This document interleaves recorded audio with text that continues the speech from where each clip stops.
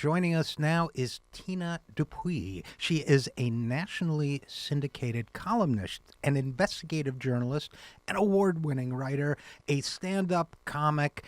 I really haven't heard a lot of sit-down comics. A stand-up comic, an on-air commentator, and a fan of Wedge Issues. And she is, as she's about to explain to us, the host of a new serial podcast. Hey, Tina, thanks so much for coming on the show. RJ, thanks for having me. Oh, always a pleasure. Yeah. And tell us, you had Yeah. a Kickstarter fund. What? What? Just so she's a bit of a attention whore. I'm sorry. Oh, Continue. that wasn't in your bio. I'm sorry. But okay. So your podcast. What's the deal? What's the name of it? What is it? It is called Cultish. I was born in a rather famous religious cult called the Children of God, and so this is something that I've always been kind of obsessed about. And this is a podcast about psychological manipulation, mental anguish, torment, and it's gotten this huge response. We had a Kickstarter that to raise funds for the first couple of episodes, and it ended 2 days early, or we got funding 2 days early, and I've gotten this, just really fantastic response from people all over the place who feel like their stories aren't really told, and this is something that they're, either they've been a victim of a cult or someone they love, and this topic hasn't really been tackled in just quite this way. Yeah, I to full disclosure, I kicked in a little bit myself, but a big believer, and I asked other people too, because I think it's an important topic for a variety of reasons. And I guess one of the things I wanted to ask you, because knowing you, you have a way of making things, I don't want to say enjoyable with a heavy topic like this, but listenable and engaging. And what are your Sure. thoughts about how to cover a topic like cults? I think you're going to have 10 shows the first season, 10 episodes. How do you do that without heavying people out, or you just don't care and you heavy them out anyway? I mean, I'm a big believer in gallows humor in as much as we need, as long as we have gallows, we're going to need gallows humor. And it's kind of my flavor anyway. So I think that, we're going to, because I think that absurdity exists in every facet of life, but in particularly in this instance where you have people who are kind of led to believe really kind of insane stuff. I think that the opportunity for humor, levity, whatever, there's a lot of material there. Oh, So there sure is. We're talking with Tina Dupuy, who will be hosting the new podcast Cultish, and I almost glad to hear about the gallows humor. I almost said when you said you were born into a cult, I didn't want to make light of what I know is an intense experience. I almost said me too. I was born into 1950s white America, and what I mean by that, in a way, is one of the things that interests me about the cult phenomenon is it's kind of I don't know what you think, but I think of it as kind of a microcosm in its intensity and in what for the rest of us is its absurdity, kind of for society as a whole, the things we come to believe, take for granted, assume, repeat to one another. To me, it's a good way of the best thing to do in looking out with looking into cults is kind of check out yourself and your own assumptions, if that makes any sense to you. it does. And this is, I mean, and these are also, and I went through this, and a lot of people who've been contacting me, it's living and having a narrative, something that you believe, things that you hold dearly, things that you know to be true in your heart, and then everything that you ever thought was how the world worked suddenly shatters. The people you thought were your family, who loved you, now have left you. There's like a certain psychological phenomenon that happens within cults. But I think what the larger point that I want to make with at least this season is this speaks to a larger issue with the war on extremists. Hmm. We tend to think that like extremists are born and they're this kind of plague that we can eradicate. The fact of the matter is that extremists are forged in failed states, failed ideas, and social turmoil.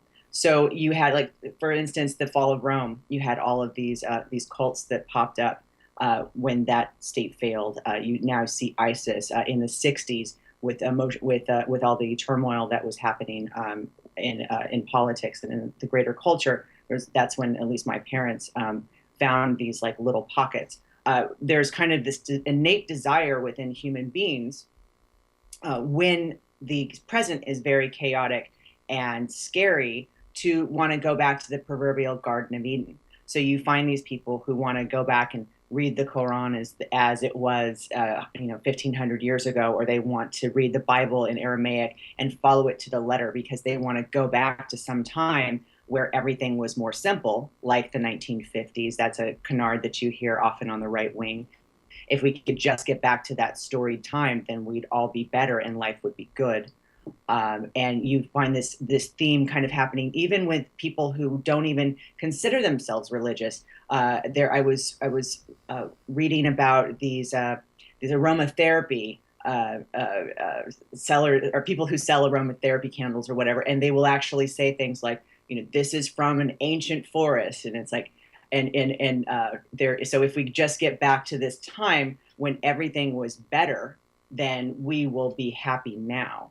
And it's kind of a larger theme to really try to debunk this idea that we're going to tackle extremists by talking them out of it. This is a reaction from fear. This is a reaction from a larger environment. And there are other ways to address this, but just denouncing someone as an extremist just because of their views is, it's a flawed premise in our foreign policy for sure.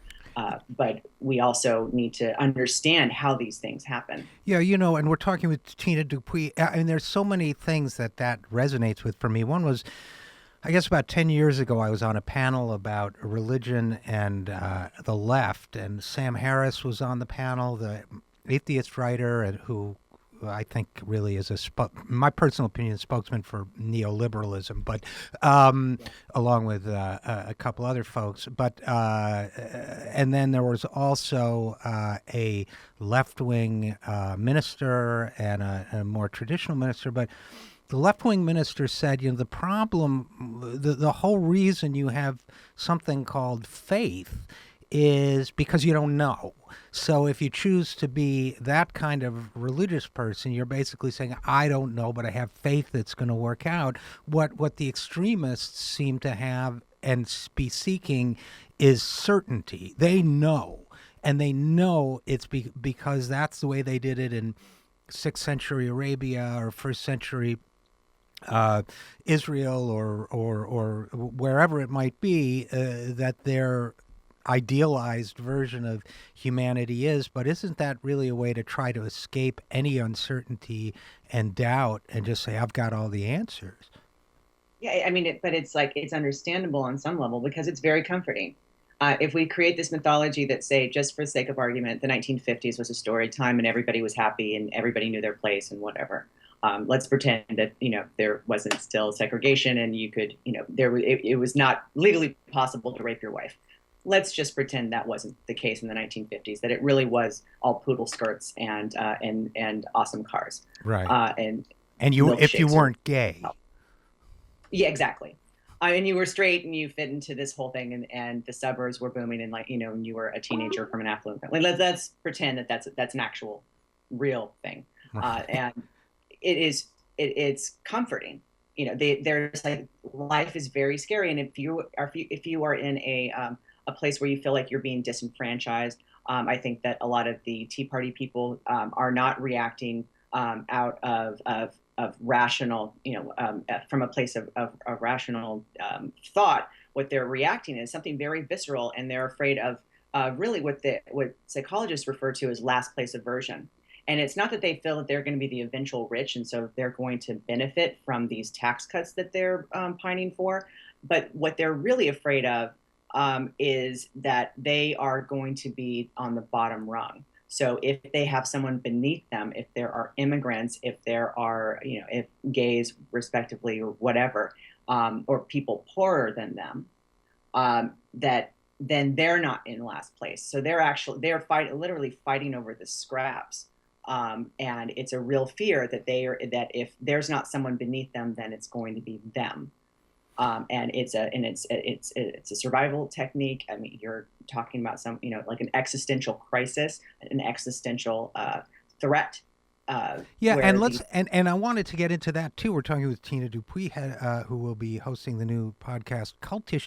One of the things that when you talk about Tea Party types, for example, and by the way, as you probably gathered, I wasn't completely joking. You explained why to a certain extent when I said, being born in the 1950s was being born into a kind of cult. There were definite assumptions. Obviously, it wasn't the horrific experience others have had, but there were assumptions, and you were expected.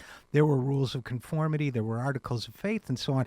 But if you're a Tea Party type right now, and you're white and you're lower income, the report came out this week about that's the white males are the only lower income white males are the only group for whom life expectancy is growing shorter, and it's growing shorter because of suicide and alcoholism and drug abuse and so on. That there's something. I guess what I'm getting to is what I'm inferring, Tina, in your comments is a kind of undercurrent of compassion here, in the sense that these people, the Tea Party tapes, they may do and say things that we find horrifying, but what they're reacting to is, they're acting as if their way of life is coming to an end. And you know what? It kind of is coming to an end. So, when you confront that, the world you knew is disappearing. It's not going to be a majority white country anymore, et cetera, et cetera, et cetera. Sexual differences and gender differences and so on are going to be embraced and not rejected. When you come to that realization, a lot of people are going to get very frightened, and they're going to, the common thread through whether it's you want guns, you want to stop abortion so that more people like you can reproduce, you want to put up a wall so that people that are strange to you can't come in, you want to prevent gay marriage, which is not the world you know. It's all about people who can't accept that the world they knew, which, as you point out, in some cases wasn't even a real world, but in some ways was, that world is coming to an end, right? Right. You're accusing me of being compassionate, right? Was that the implication? I'll never do it again. Is that okay? Just making sure. Just wanted to. I am actually. I'm suggesting it's a possibility. But I think the Tea Party is specifically, since we've gone there, and I know that I mentioned them. I think that they are specifically suffering from what the failed prophecy. It's after prophecy fails. It was the book and the study that where cognitive dissonance, the term, came from, and it was this. We think you and I would just assume. That if you are in a doomsday group, for example, and the doomsday comes and goes and the world is still here, that you would be disillusioned. Well, what I think I'm completely blanking on his name, forgive me. But what these researchers found in the 1950s was that is not what actually happens. You find a doubling down effect. And true believers want other people to believe what they believe is true, to kind of validate their own worldview. So they actually start recruiting people with even more fervor, and they believe that they are right with even more passion. So you have with at least the conservatives in this country and the conservative base, they were told at the beginning of the Bush administration that if they just had a proper conservative in there, if they just had a majority in the Senate and the Congress, if you just had if you just cut taxes and then gave everybody money and started wars and fought the bad guys, and you just trusted George Bush, seriously just trusted George Bush. And this is a lot of when a couple of weeks ago, when it was like Bush kept us safe. They're not saying that Bush didn't mess up the country. They're saying that they sacrificed through patriotism, they sacrificed their own privacy and for a greater good of keeping the nation safe.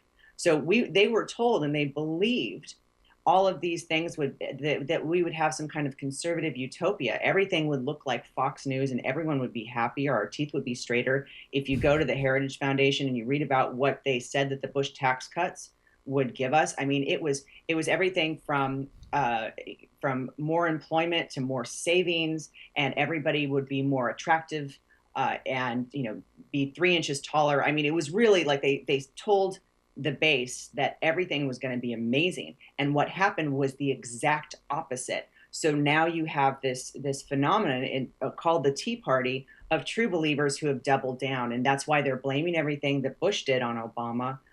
They're not acting in any kind of rational way. They're acting out of just visceral fear, partly because their world is ending, and what they thought, their standing in the world is now on shaky ground. But they're also trying to kind of gel in their minds how to move on once prophecy has failed. Yeah, And that's a fascinating. That's a fascinating. So I mean, it really is interesting to watch them. But I mean, also, I think in the last 8 years, the Tea Party has dwindled. I mean, they have no popular support. It has now gotten to a very, very small, I don't want to call them a cult because I'm going to overuse that word already, Right, but it's right. got to a very small group of true believers who are now, they are extremists. They don't want anybody who, ever Yeah, talked about raising taxes, or, I they're mean, it's like if you're not punching poor people in the face, they don't want anything to do with you. right there, and they're waiting for the saucers to come. And unfortunately, we're going to have to leave it there. But Tina, how can people find out about Cultish and maybe give it a listen? Yeah, well, go to cultish.org. We are now producing the first 3 episodes, so you cannot listen. But if you want to buy some cool swag or check out what we're doing, we're on Facebook, facebook.com/cultish, and or follow us on Twitter, Cultish Podcast. And we're looking for January 2016. Awesome. All right. Well, we'll be looking for you, and maybe you'll come back and tell us more about it then. Tina Dupuy, host of the new upcoming podcast, Culture. Thanks so much for joining us. Thank you, RJ. Have a good day. You too.